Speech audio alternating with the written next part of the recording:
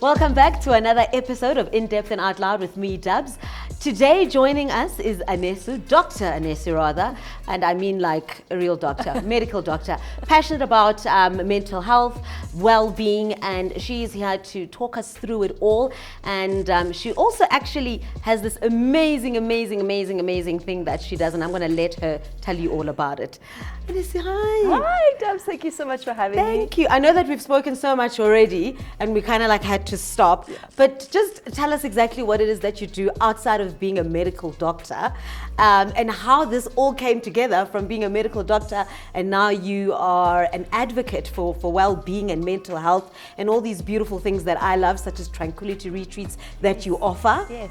No, it has been such a journey for me within the sphere of health and healing, both personally and on a career level. And I think my day-to-day now is really informed by my own personal journey in trying to improve my mental well-being, in trying to heal. So I started my career as a medical doctor. It's one of those things that run in the family, right? So the my dad's side of my family are all doctors, nurses, or within the health space. So I always grew up feeling like that was my calling. You know, I enjoyed the concept of helping other people. Yes. And then I did medical school, went into medical school, loved learning about the human body, how everything within us works. But I started to find that it was quite a competitive studying environment. You know, people are really diligent when it comes to med school. You have to be. They're going in there. Yes, exactly. And I had always relied on sport, especially during school, as like an outlet. But I felt like competitive sport, which is what I was used to, wasn't giving me that same escape that I needed from the competitive nature of my studies. Sure. So I got back into yoga. I'd originally done it way back with my mom when I was about 5 years old. She took me with her. And when I went back to it, it felt like my own personal place where I could move, I could exercise, but I could also shut out the world and just be with myself. Beautiful. And so having that personal experience in medical school, taking it with me into graduating and becoming a doctor, I think because I'd had a taste of what peace feels like. So it might sound funny, but once you taste it, it's very hard to get the flavor of your own peace, right? Oh, wow. So that's when I started to recognize that being a doctor was my calling, in the sense that I loved interacting with people. Yeah. I loved talking about the human body and healing. But the career that I had delved into, working as a doctor, wasn't serving me and my peace. Wow. And then I went on the journey of trying to figure out what that was, which took me to many different places. I went into corporate. For some reason, I thought a 9 to 5 would be a bit more chilled than working in a hospital. And not true. Absolutely not true. I decided to become a preschool teacher at some point. That was amazing. One of my highlights. You know, you have done it all, my lady. Done it all. I went on Survivor South Africa. I thought maybe surviving out in the wild, strip everything away. Amazing, but obviously not sustainable, right? I did that for 28 days in the wild. That was enough. I got my full. And then I realized that what I was searching for was the ability to be flexible with my career, to build my own path, because no one had really done what I had wanted to do. And so I became an entrepreneur, a business lady, and that's what I do now. I run my business, which is a wellness center focused on holistic healing and health. And then I also have time to speak to people like you on podcasts, in corporate environments, just to really advocate for everybody going on their own unique journey of healing and of health. That is so incredible. I think also it's interesting how you can study one thing, but the ultimate journey might be something else. And not to take away what you studied, but I think it literally led you to this moment. I always say that everything is interconnected. Absolutely. That if you had not studied that, it might have not led you to this beautiful journey that you are on now. Totally. And with students, of course, they get overwhelmed, their studies. There's a lot of things also that happen at home. And just that balance is so important. So what are the core principles or philosophies that guide your approach to wellness? Yeah, I think the main 3 tenets for me, the first would be that it starts with the self, right? So a lot of us, and I think especially I remember being a student, It's a time of your life where you're trying to figure out your place in life, your identity, your sense of meaning.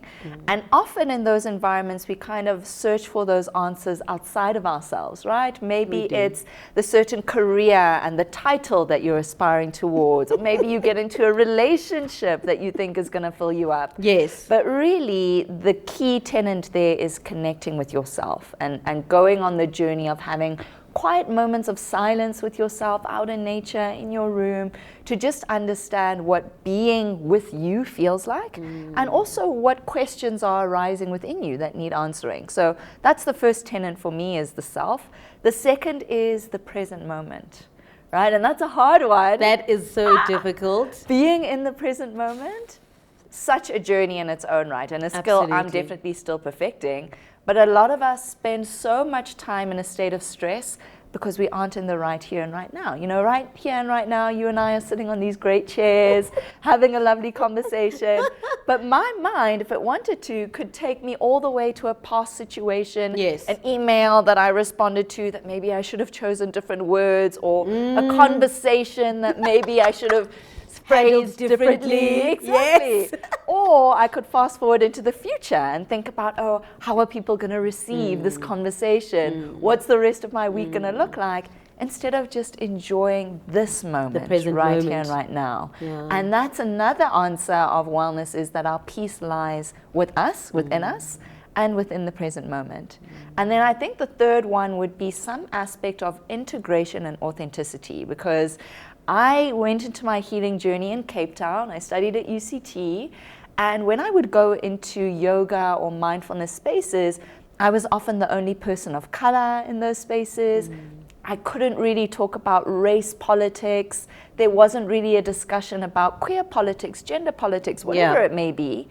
And when you are healing, or you're trying to find a state of well-being, bringing all of the authentic parts of yourself into that conversation is so, so important. So those three ingredients, and finding communities, spaces, or even self-care tools in order to tap into all of those three things, is really what I think the journey of wellness is for everyone.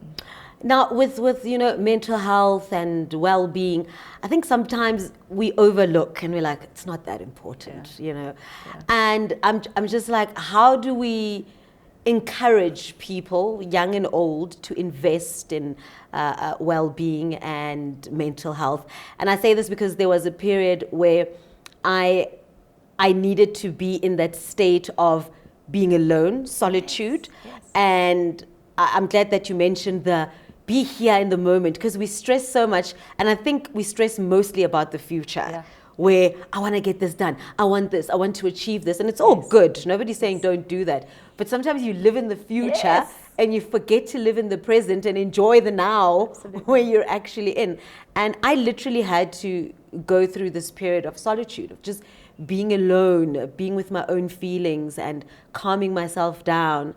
And I took a month out doing that. Wow. Incredible. And I came back and I felt so much better, because I was just so stressed out. I had so much anxiety, and with that, it was blocking everything good out of my space and out of my way. And I just needed that moment, like I needed a woosa, I needed a time out, you know. And I think that is just so important. Absolutely. Hence, I say, how do we encourage people, young and old, to invest in mental health and well-being? Yeah, I find like it's almost a paradox that mental health and mental well-being has only become a topic of conversation recently, since COVID. Because when we think about our whole existence, it all happens in your mind. You know, the brain, if we look at a physiological level, controls how our body works. So if your brain health isn't good, everything else is probably going to start to show symptoms of distress. But then also, everything that we experience, how we learn, how we connect with others, how we experience the world around us, is all governed by our mind, by our senses, and by how our mind interprets the world around us. So the fact that we've ignored mental health and focused on things like heart attack, stroke, cancer, without recognizing that a lot of that stems from our stress. It does. Chronic fatigue. Panic attacks. Panic attacks. That's the starting point of all of it. And I think there's something about liberation, there's something revolutionary about recognizing that the fix to a lot of our issues, or at least a way of understanding the root cause of a lot of our issues, is just tapping in with ourselves. We don't need to buy that latest thing or go to that other place. And perhaps that's why people have been discouraged from investing in their mental well-being, because when you have autonomy of yourself, no one can really tell you anything. So I think my main motivator for investing in your mental well-being is it will literally change every other aspect of your life. You know. So you mentioned COVID, and I think COVID scared a lot of people because, you know, if you're single and you don't have kids and you're living alone, this was me now. Yeah. I think that was the hardest. Because you literally, it's just you and your thoughts. Forced isolation. It was incredibly difficult. You'd watch Netflix and Netflix would end up watching you. Yeah. And now you're thinking of all sorts of things. And you realized you're not mentally fit for a lot of things because now all of a sudden, everybody's isolated and you're by yourself. You're on your own. And that's another thing, learning to enjoy your own company. Yes. And be still and be comfortable in that zone is really difficult. Absolutely. It's not as easy as we think it is. So that really brought me back there. Yeah. But you yoga studio. Yes. Entrepreneur, and also being a black female within the yoga space. What was that like? You know, I think that when I was studying, and why I was really excited to have this conversation on this platform specifically, is that I feel that there were a lot of things that happened when I was a student that really, almost in like a domino effect, led to my journey and where I am right now. And when it comes to me becoming an entrepreneur, navigating health in a totally different way, as a student, I remember having these ideas about what I wanted my life to look like or what I wanted my career to look like. Yeah. But because it wasn't the norm, or it wasn't what everyone else was doing, or what I was told I was supposed to be doing, I'd kind of dampen that down and silence that inner voice. And so when I look back at that journey, I think it's really important to tap into your authenticity and to what makes your own heart sing. You know, I've always felt like I'm a little bit of a creative. Often when I walk into the room and people find out I'm a doctor, they're like, what?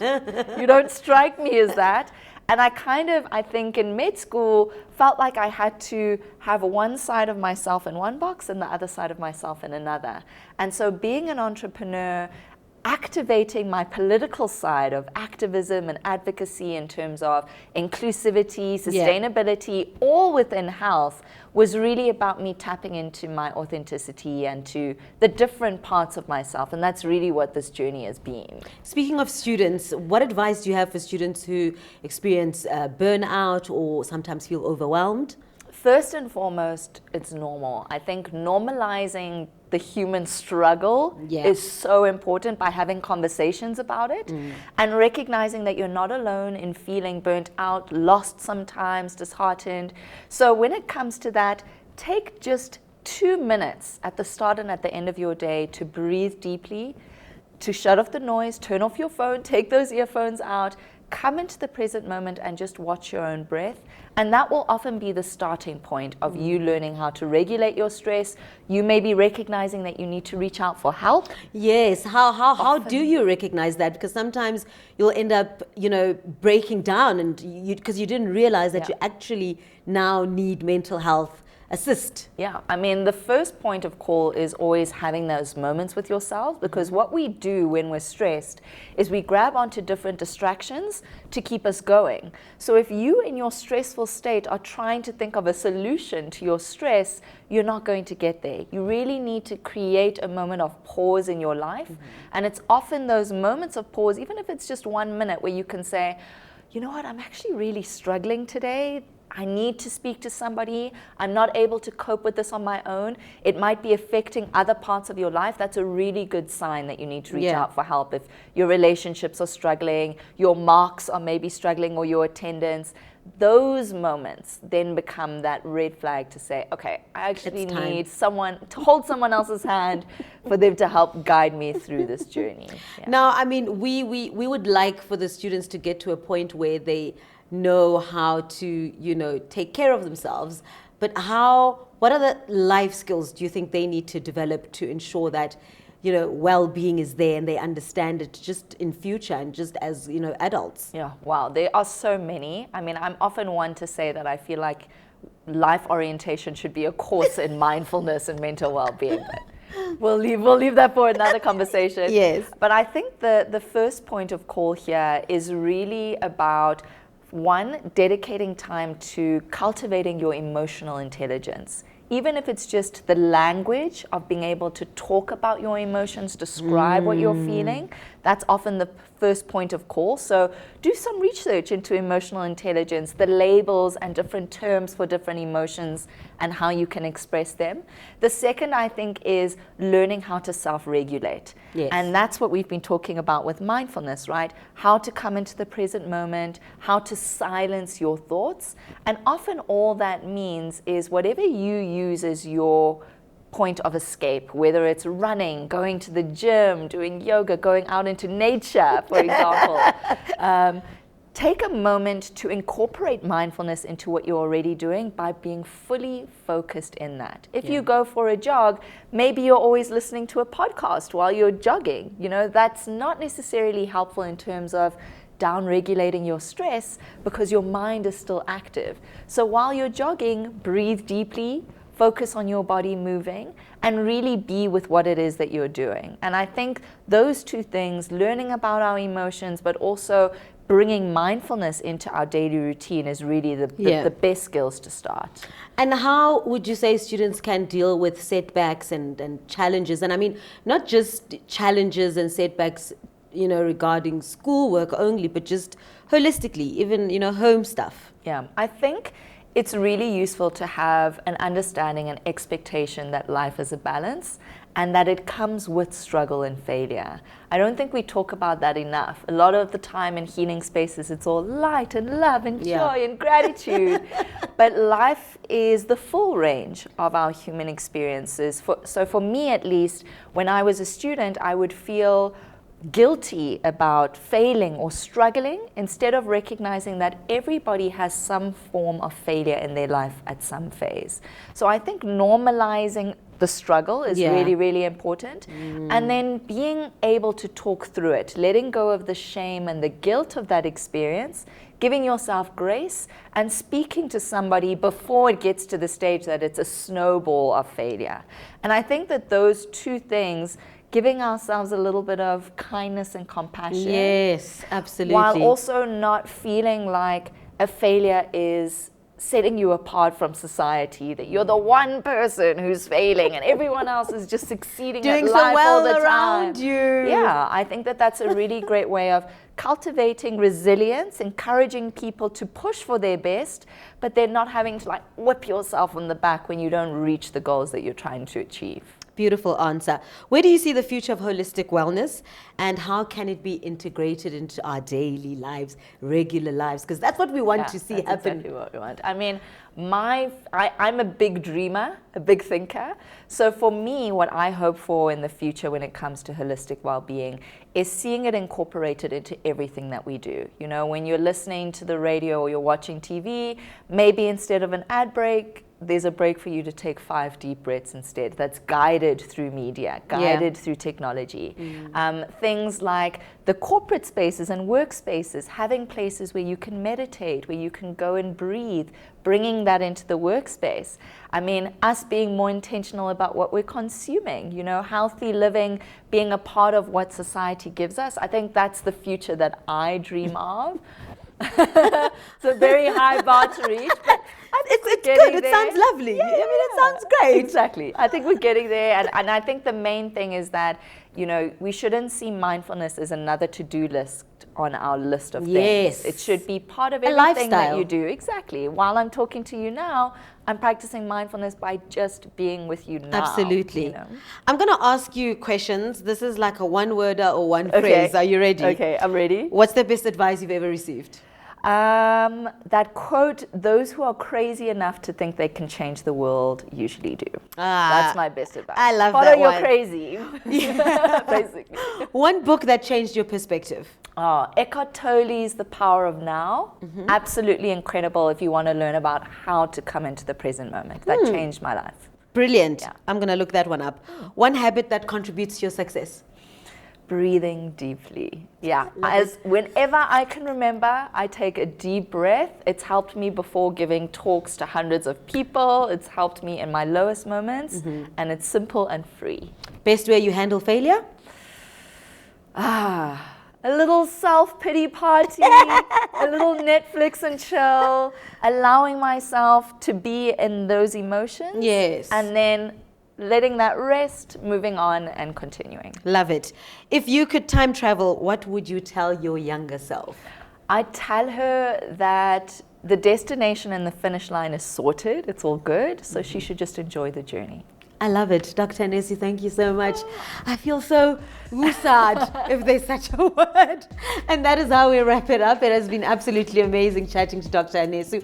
And I think you've gotten the tips. We've told you to go through the emotions. There's gym, there's meditation, there's tranquility retreats, there's Dubbz. Exactly. Until next time.